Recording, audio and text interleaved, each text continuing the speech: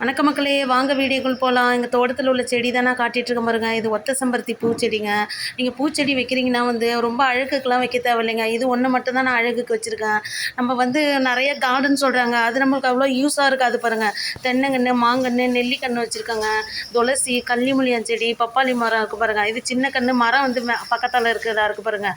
நம்ம தோட்டம் உங்களுக்கு எந்த அளவு இருக்கோ பயனுள்ளதாக கண்டிப்பாக வைங்க. சில பேர் வேஸ்ட், சில பேர் மெயின்டைன் பண்ணவே மாட்டேங்க பாருங்கள். அப்படி கிடையாதுங்க. உங்களுக்கு டைம் கிடைக்கும் போது நீங்கள் வச்சிங்கன்னு வச்சிங்களேன், ஒரு 5-6 வருஷம் சென்று அது கொய்யாக்காய் காய்ச்சிருக்கு பாருங்கள். நம்மளுக்கே நம்ம தோட்டம் பார்த்துன்னு ஒரு மாதிரி இருக்கும். பரவாயில்லப்பா, நம்மளும் அப்படி வச்சுருக்கோம் அப்படின்ட்டு ஒரு மைண்டு ஃப்ரீயாக இருக்குங்க. நீங்கள் செடியை வளங்க, கண்டிப்பாக நீங்கள் எதுவுமே நினைக்க மாட்டீங்க. உங்களுக்கு வீட்டில் உள்ள சொல்கிறேன், யாருன்னா இப்போ ஹவுஸ் ஒய்ஃபாக இருக்காங்க அப்படின்றா, நீங்கள் தோட்டத்தில் உள்ள செடியெல்லாம் கண்டிப்பாக வளர்த்தீங்கன்னா கொஞ்ச நாள் சென்று ஏதோ சப்போட்டா கன்று இருக்குது பாருங்கள், எல்லாமே காய் காய்க்க ஆரம்பிச்சிச்சுங்க. காட்டுறேன் பார்த்தீங்களா, எவ்வளோ சைஸில் நீட்டாக இருக்குது பாருங்கள். அதை பறிச்சுட்டு நம்ம மோஸ்ட்லி காய்கறி அதெல்லாம் முத்தோட வேணாம், பிஞ்சிலே சட்னிலாம் அரைச்சிங்கன்னா உடம்புக்கு ரொம்ப ஆரோக்கியமாக இருக்கும். தொடர்ந்து மழை பெய்யினாலே எங்கள் பூனைக்கு ரொம்ப குளிருது பாருங்கள். பிடிச்சிருந்தா லைக் பண்ணுங்கள்.